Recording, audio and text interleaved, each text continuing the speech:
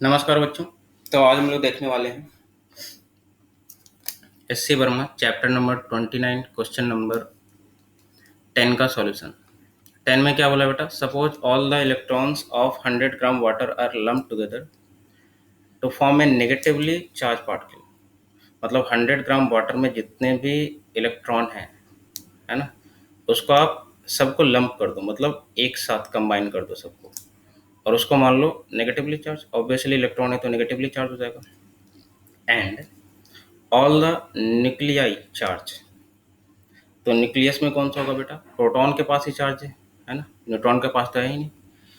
तो एक तो हो गया प्रोटॉन के पास चार्ज। अच्छा, दोनों की वैल्यू क्या होगी? सोचो, जितना इलेक्ट्रॉन सर उतना ही प्रोटॉन, तो दोनों न्यूमेरिकली सेम होंगे, है कि नहीं? तो प्रोटॉन को लंप कर दिया, लंप का मतलब एक साथ बांध दिया सबको।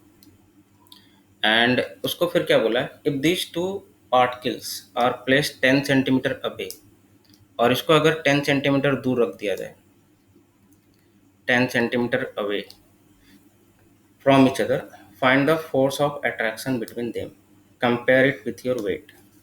तो अट्रैक्शन बताना है ना। ऑब्वियसली अपोजिट चार्जेज है तो अनलाइक चार्जेज है तो क्या करेगा? अट्रैक्ट करेगा। तो सबसे पहले तो फोर्स की वैल्यू अगर बताए बता तो कितना आएगा? के क्यू वन क्यू टू। के की वैल्यू कितना लोगे? 9 इंटू 10 की power 9। Q one q two, q one q two की वैल्यू कितना लोगे बेटा? तो दोनों तो क्यू है, तो क्यू की वैल्यू अभी नहीं पता यार। K q one q two by r square, r की वैल्यू मीटर में ले रहा हूँ तो 0.1 मीटर हो जाएगा इसका होल स्क्वायर। अब सर क्यू की वैल्यू कितना लें? तो इसके पहले वाले सवाल में आप निकाल चुके हो ऑलरेडी, नंबर ऑफ इलेक्ट्रॉन आप निकाल चुके हो। और अभी अभी आप जानते हो जितना नंबर ऑफ इलेक्ट्रॉन होंगे उतना ही नंबर ऑफ पॉजिटिव चार्ज होंगे। तो इसके लिए आपको क्या करना होगा? प्लेलिस्ट में जाकर आप क्वेश्चन नंबर 9 का सॉल्यूशन देख सकते हैं। वीडियो के लास्ट में आपको बेटा प्लेलिस्ट मिल जाएगा, है ना। तो यहाँ पे मैं डायरेक्ट रिजल्ट यूज कर रहा हूँ कि नंबर ऑफ जो टोटल चार्ज जो था, है ना, जैसे यहाँ पे पूछा गया था how much is the total negative charge on this electron, and आपसे क्या पूछा गया था? Number of electron. तो नंबर ऑफ इलेक्ट्रॉन भी पूछा गया था और चार्ज भी पूछा गया था। तो हम तो डायरेक्ट क्या करते? चार्ज ही निकाल लेते, क्योंकि यहाँ पे तो क्यू की वैल्यू है, नंबर से तो मुझे कोई मतलब ही नहीं। तो इसका आंसर मैं यहाँ पे चेक कर लेता हूँ कितना आया था। चार्ज आया था 5.35 इंटू 10 की पावर, ये शायद 6 है ना। तो 5.35 इंटू 10 की पावर 6, तो 5.35 इंटू 10 की पावर 6,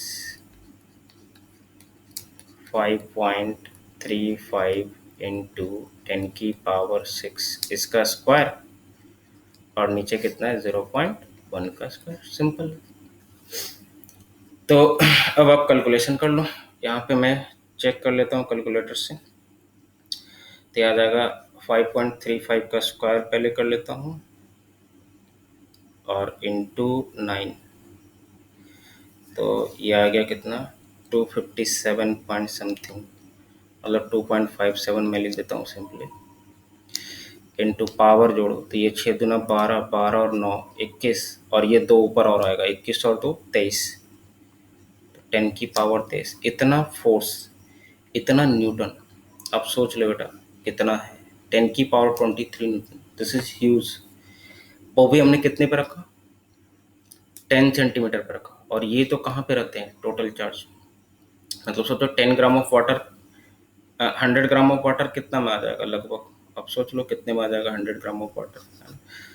तो आप समझ सकते हैं यहाँ पे तो बहुत ही ज़्यादा फोर्स लगता है, फिर भी एक दूसरे को बांधे रखता है, क्योंकि वहाँ पे और भी फोर्सेस क्या कर रहे होते हैं? रोल प्ले कर रहे होते हैं। ठीक है, तो आंसर चेक कर लेता हूँ मैं।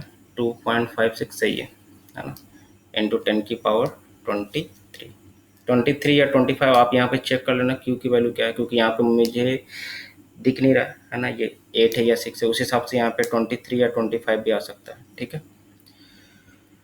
तो ये था बेटा क्वेश्चन नंबर 10 का सॉल्यूशन। आई होप कि ये क्लियरली आपको समझ में आया होगा। तो यहाँ पे बस आपको दिखाया गया कि देखो, अगर अलग अलग कर दूं 100 ग्राम वाटर से इलेक्ट्रॉन निकाल कर और प्रोटॉन निकाल कर, तो देख लो फोर्स कितना डेवलप हो जाएगा, बहुत ज़्यादा, है ना।